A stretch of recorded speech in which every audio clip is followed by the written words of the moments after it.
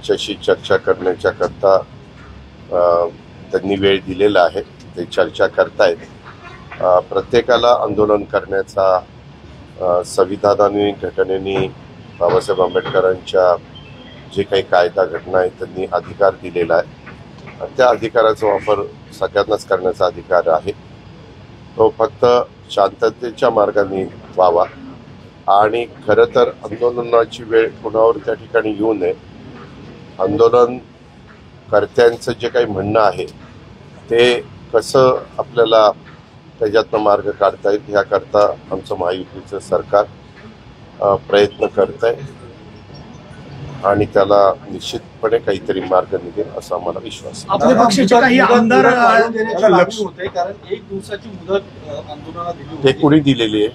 कोर्टाकडनं देण्यात आली. मग न्यायालयाने उद्याच्याला तुम्हाला मला न्यायालयाने काही सांगितलं, तुला सांगितलं इथनं पुढे तू अजित पवारला प्रश्न विचारायचे नाही तर तुला विचारता येतील का? नाही विचारता येणार, कारण कोर्ट हे सर्वोच्च आहे. त्याच्यामुळं कोर्टाचे आदेश हे आपल्याला पाळावे म्हणजे तंतोतंत पाळावे लागतात.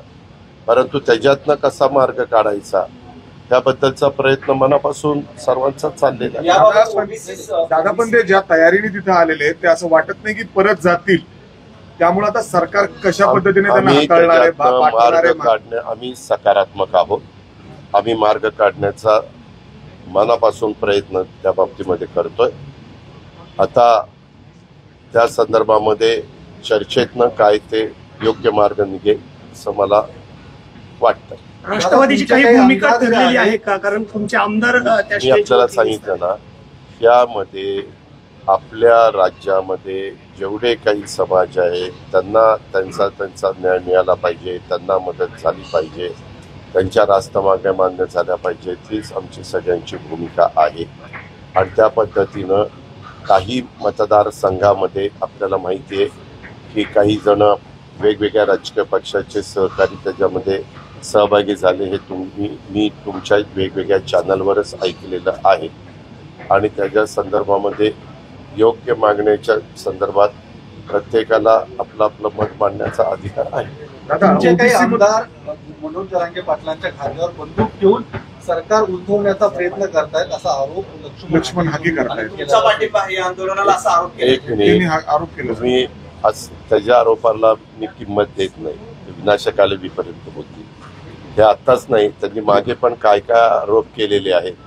आपण कुणाच्या आरोपाला महत्व द्यावं यालाही काही मर्यादा आहे. दादा ते पत्रकार परिषद घेऊन तुमच्या काही आमदारांवर बी आरोप करते की मी तुम्हाला सांगितलं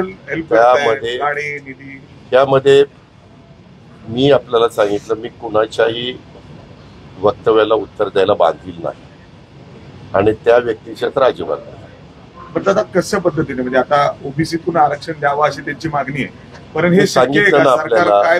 त्या संदर्भामध्ये आपण काळजी करू नका.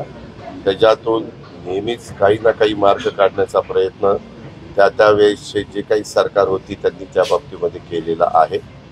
महाराष्ट्राने पण नेहमीच जे कोणी सरकारमध्ये असतील त्यांनी त्याच्यातून आजपर्यंत मार्ग काढलेला आहे.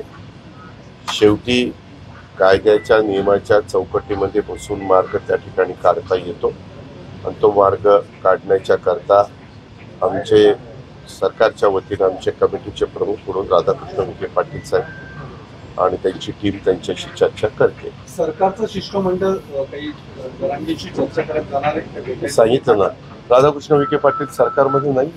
मी तुम्हाला तेच सांगतोय की त्यांनी स्वतः त्यांच्याशी संपर्क साधलेला आहे आणि ते त्यांच्याशी चर्चा